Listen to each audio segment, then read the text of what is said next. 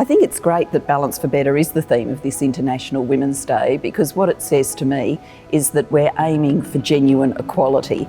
This isn't about an argument that one gender's better than the other. It's really about a future that is better for men and better for women. And I think that word balance also takes us very quickly to the balancing work and family life agenda, and that's so important. We're never going to change organisations unless the people at the top, the board, the CEO, others in the C-suite actually buy in. In my life in politics, a thing that made a big difference was setting an affirmative action target for our political party. And we are on our way to 50% men and women. If you set a target, if you know what you're driving for, then we will see change. Here in the United Kingdom, the pay gap reporting figures now come out every 12 months, started last year, and it's generating the debate to close the gender pay gap. I think we've got to always be careful and not rush to regulation as the first solution. I think it's better to use information and advocacy for change. But if we end up seeing a nation that is, refusing to respond, businesses, for example, that aren't taking on board the need to have more women in senior leadership positions, then government does have the capacity to regulate. I think when a very qualified woman presents for a job and doesn't get it, there's probably a range of things going on.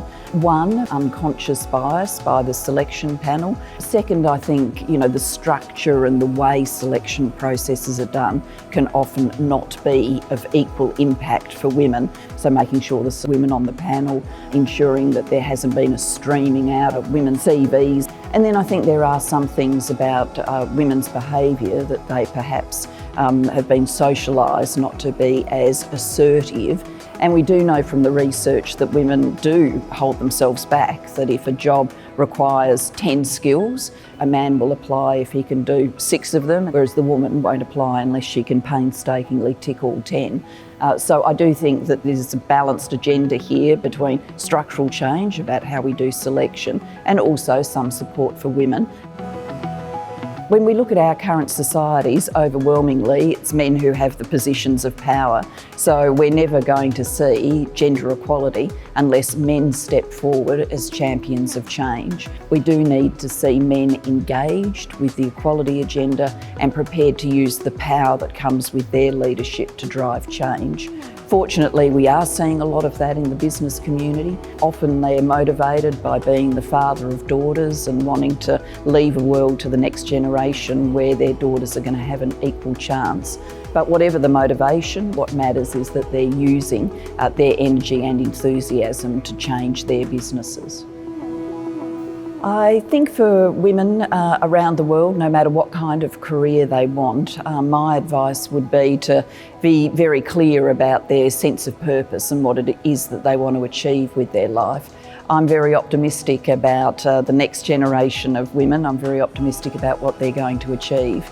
But I don't want to insult their intelligence by pretending that there's no gendered bit and that they're never going to encounter a moment where it's difficult. And also a sense of perspective.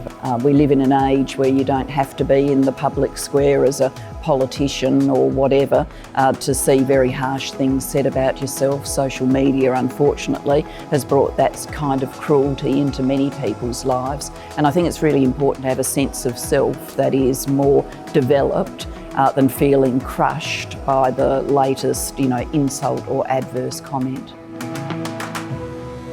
We would make an error if we only said gender equality is the only form of discrimination in our societies. It most assuredly is not.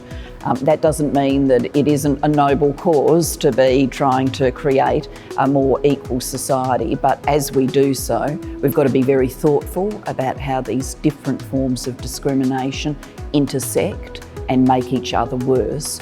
And one of the things we've been trying to do at the Global Institute for Women's Leadership is include diverse voices so that we can give the best possible advice to businesses and others that are trying to achieve true inclusion, true equality and really diverse teams.